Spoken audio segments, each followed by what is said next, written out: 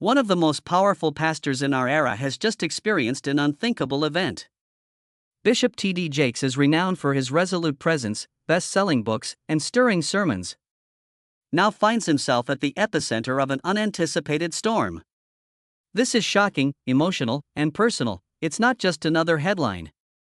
Whether you respect his optimistic voice or doubt his growing power, the recent events have left millions in disbelief and many wondering how this could have happened. The story goes deeper than anyone anticipated, from online rumors to surprising turns that rocked the church and society. Hold on before you draw conclusions. It's not just about money, fame, or faith. Something much more human is at stake. Everything you believe to be true will be called into question by what you are about to hear.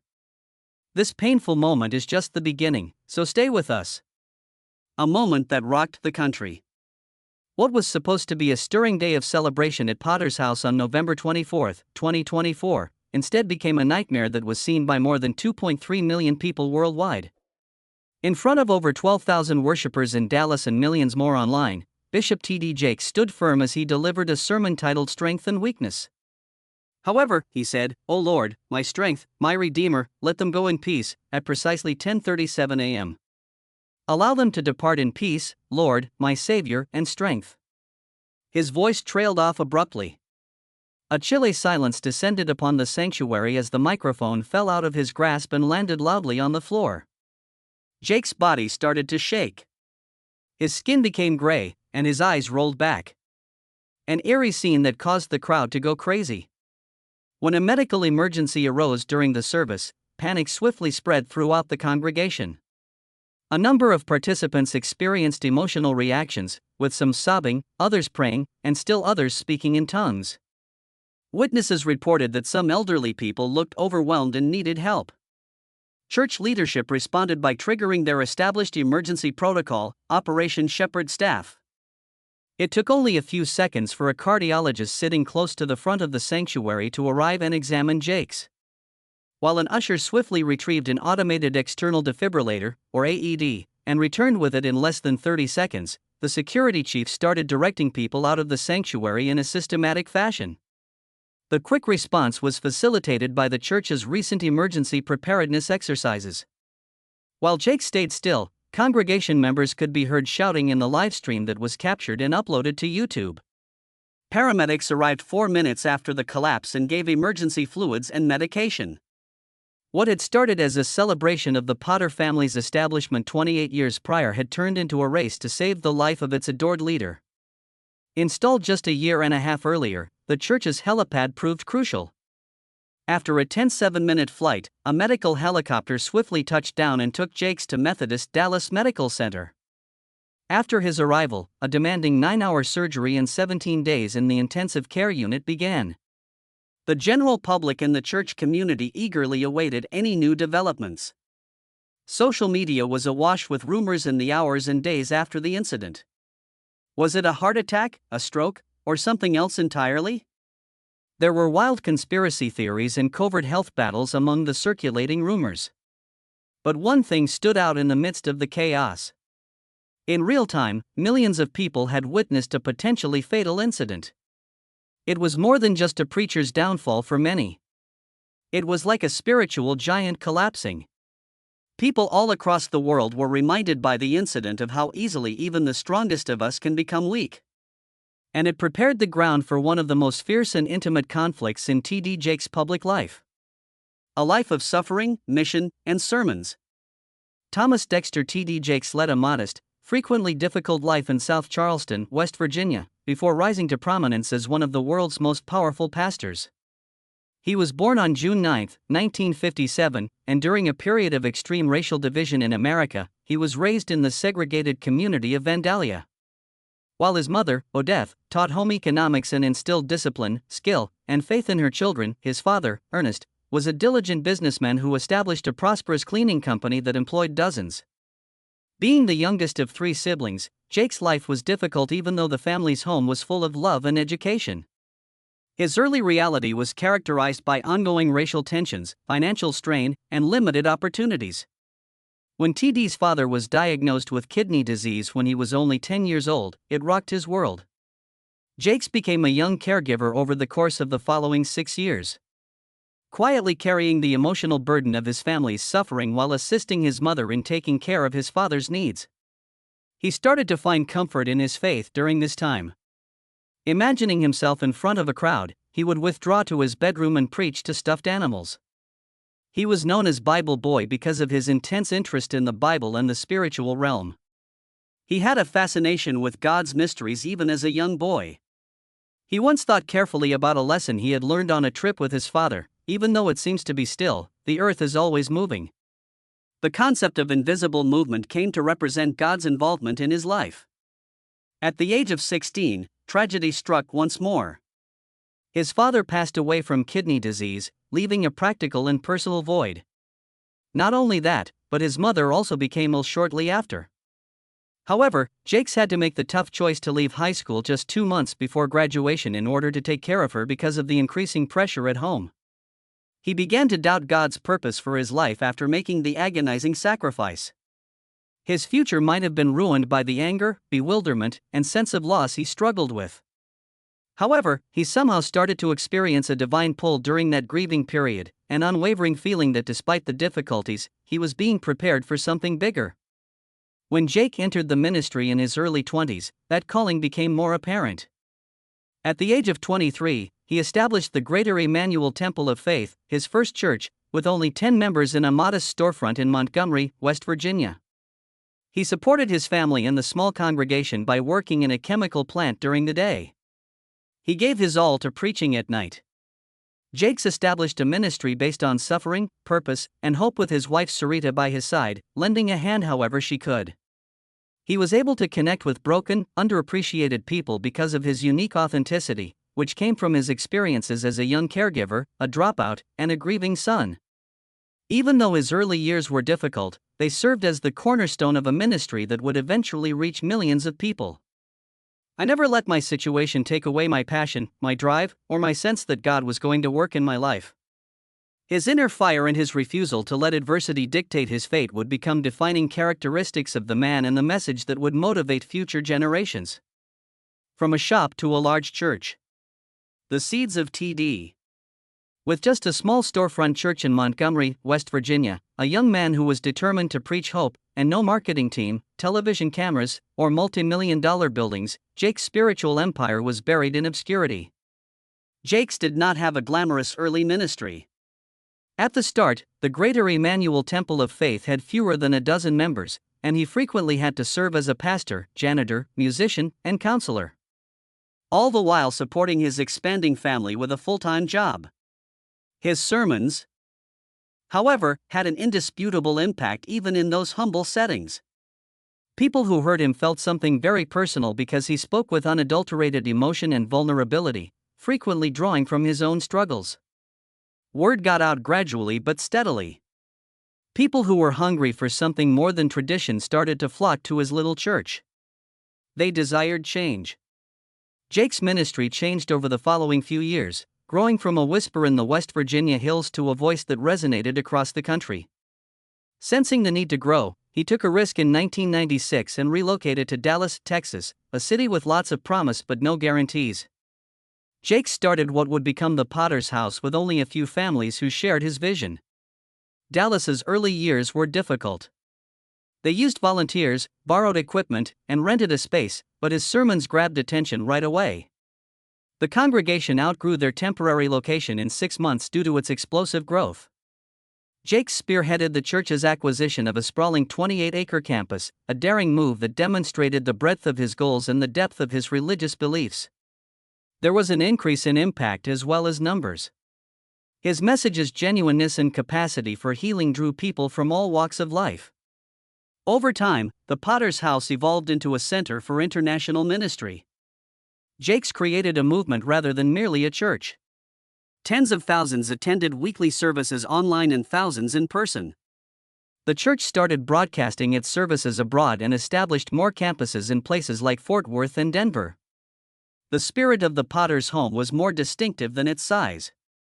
Jakes concentrated on helping the disenfranchised, the forgotten, and those who had abandoned religion but still yearned for a relationship with God.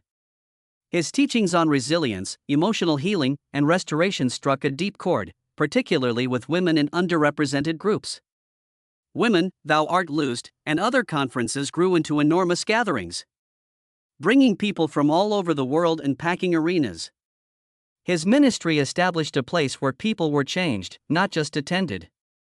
Despite the difficulties that accompanied this enormous expansion, Jake's strategic vision and unwavering work ethic transformed the Potter's House into more than just a church. It developed into an organization.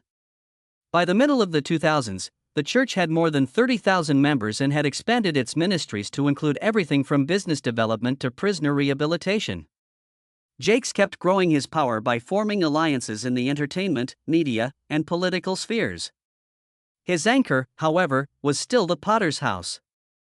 Every outreach, program, and sermon contributed to a greater goal. What started as a small congregation in a small town had grown into one of the most potent spiritual centers in the world, providing a space where spiritual, emotional, and even financial healing could take place all under one roof. An example of what faith, foresight, and tenacity can create. Beyond the pulpit, T.D. Jakes' impact extended beyond the walls of the church. His vision extended well beyond the pulpit. Jakes started putting his voice into writing as his sermons became more and more popular across the country. Woman, Thou Art Loosed, his breakthrough novel, became a publishing phenomenon that struck a chord with millions of readers, especially women who had experienced rejection, abuse, or abandonment.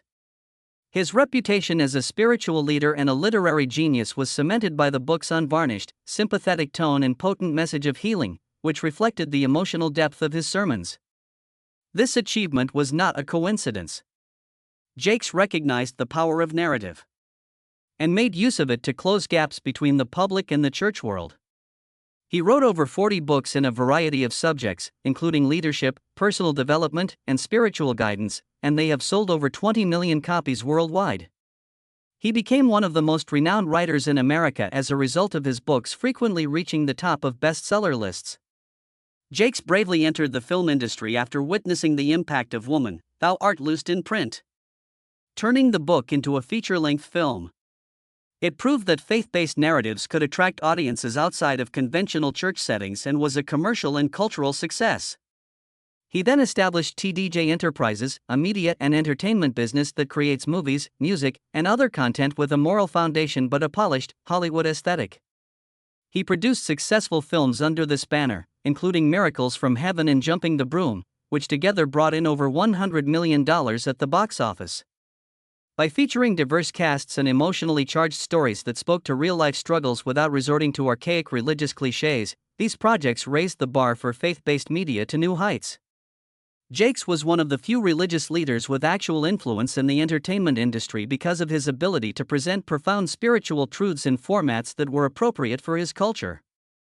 Another important tool Jakes used to spread his message was television. He reached millions of homes with his brand of inspirational, enlightening dialogue through shows like The Potter's Touch and a brief stint with his own syndicated talk show. God will condemn every tongue that rises against you. You are his in the ground if you were his in his hand. Sermons were not the only content of these broadcasts. They contained reflections on daily life, social commentary, and interviews. Jakes' TV persona demonstrated his ability to communicate with both believers and skeptics, always with empathy, authority, and a dash of charm. Additionally, his media acumen resulted in digital collaborations, such as an agreement with streaming services to produce carefully selected sermon archives and motivational material for audiences who prefer to watch content at their convenience. His lessons became more understandable as a result, particularly to younger generations who are more likely to access spiritual content on their devices than in traditional church pews. He put himself at the vanguard of a new era of digital faith by doing this. Jakes shifted his attention from books and screens to economic empowerment, one of the most important problems facing marginalized communities. He oversaw large-scale urban renewal-focused real estate projects through TDJ Enterprises and the T.D. Jakes Foundation, both the creation of jobs and affordable housing. Jakes played a significant role in reviving underprivileged communities in places like Atlanta and Miami, not only through charitable giving but also through business growth and calculated investment. Through his collaborations with banks and developers, hundreds of millions of dollars were invested in initiatives that seek to reduce the wealth gap and give useful resources to those who are frequently left behind. Faith in the face of fire. Bishop T.D. Jakes has come under theological scrutiny despite his success and broad influence. His explanation of the Christian doctrine of the Trinity is the subject of one of the most enduring and contentious debates. The three separate persons of God, the Father, the Son, and the Holy Spirit, are acknowledged by traditional Christian orthodoxy. Jakes, however, has long referred to these divine qualities as manifestations, a term that alarmed pastors and theologians because they thought it echoed modalism, a heresy that rejects the Trinity's unique personhood. Jakes tried to make his stance clear at the Elephant Room Conference in 2012 by stating that there is only one God in three persons, but he also reiterated his preference for the term manifestations. Many members of the religious community became perplexed and split as a result. Defenders contended that he was merely employing biblical language in a more poetic, less doctrinally strict manner, while critics charged him with theological ambiguity or attempting to balance orthodoxy and popular appeal. A wider discussion concerning theological accuracy in mega-ministry contexts was sparked by the uncertainty surrounding Jakes' doctrinal position. Others believed that his hesitancy to strictly adhere to creeds and confessions allowed for doctrinal error, even though many appreciated his emphasis on grace, healing, and personal empowerment. Concerns were heightened by the fact that the term manifestations was still used on his church's website years after the Elephant Room incident. This was seen as a warning sign by some academics and pastors. Others, however, believed that it was irrelevant given the results of his ministry. But the question still stood. Could someone who adhered to a conception of God that deviated from centuries of Christian consensus be a spiritual leader on such a large scale? It cast a long shadow over an otherwise inspirational legacy for many conservative believers. The messages Jakes has used about blessings and prosperity have also been a frequent target of criticism. The main contention is that his teachings are too similar to the prosperity gospel, which holds that success, material gain, and good health can be attained via faith and obedience. The often quoted statement, "If you obey God, you will never be broke another day in your life," is just one of Jakes' numerous public declarations implying that God's favor materializes. These claims disturb some people who believe that they misrepresent the gospel's emphasis on selflessness, service, and spiritual development, while inspiring others who see them as a call to hope for the future. Such language, according to critics, runs the risk of making God into a vending machine. You will receive blessings if you pray and give. Such messaging can come across as manipulative or alienating to those who, despite their strong religious beliefs, are dealing with poverty or chronic illness. Jakes' own way of life adds even more complexity to the story. His multi-million-dollar home, fancy cars, and designer clothes have come to represent his wealth, according to critics who feel it undermines the humility that spiritual leaders are supposed to exhibit. Skeptics still see Jakes' style of ministry as dangerously close to spiritual consumerism, despite his public denials that he is a prosperity preacher, citing instead his diligence, business endeavors, and commitment to uplifting others. Jakes has defended himself by saying that spiritual prosperity is a prerequisite for financial prosperity, indicating that his emphasis is still on internal change before external achievement. The combination of biblical text and motivational language seems to them less like a call to discipleship and more like a self-help seminar. Nonetheless, his supporters view his strategy as useful, cutting-edge, and empowering. A development of ministry that teaches people how to rise and meets them where they are. One of the most intricate facets of Jakes' legacy is contained in this tension. Within the worldwide Christian community, there is still continuous discussion about where to draw the boundaries between empowerment and entitlement, between inspiration and indulgence. Public opinion and contemporary morality. Bishop T.D. Jakes has been at the center of a new kind of theological tension as society's discussions about gender, sexuality, and identity have changed. This tension is influenced as much by cultural norms as it is by biblical interpretation.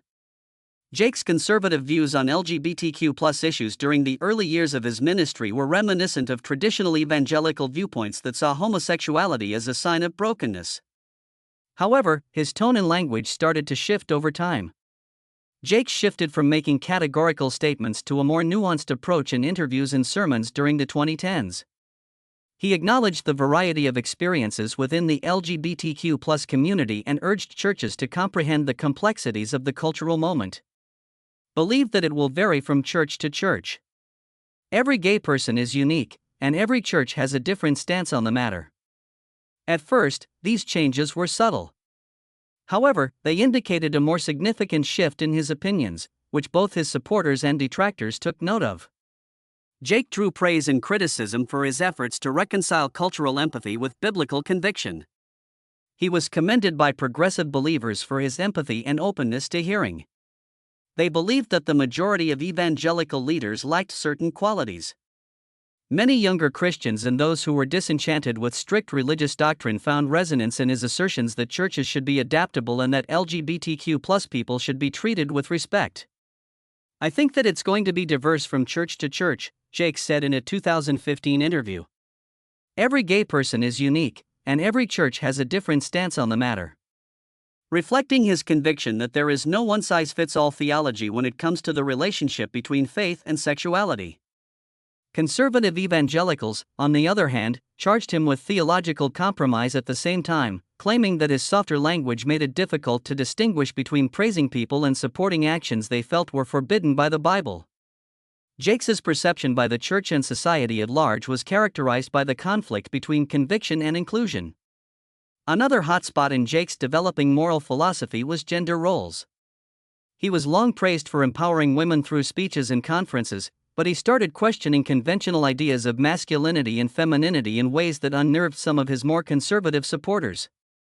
In a widely publicized sermon, Jake argued that gender roles were no longer based on cultural norms and that a more flexible view of identity and responsibility was necessary for modern living. There was a great deal of controversy surrounding these remarks, with some criticizing him for undermining biblical family structures and others applauding his progressive views. But according to Jakes, the emphasis remained on empowering people, male or female, to flourish practically, emotionally, and spiritually in a world that is changing quickly. Perhaps the most distinctive aspect of Jake's moral transformation is social justice.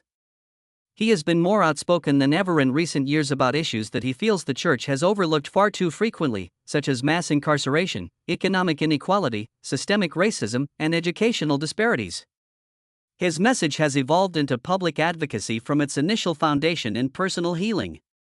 He has urged white evangelical leaders to go beyond issues like same-sex marriage and abortion in their moral agendas, calling on them to address the inequities that disproportionately affect underprivileged communities.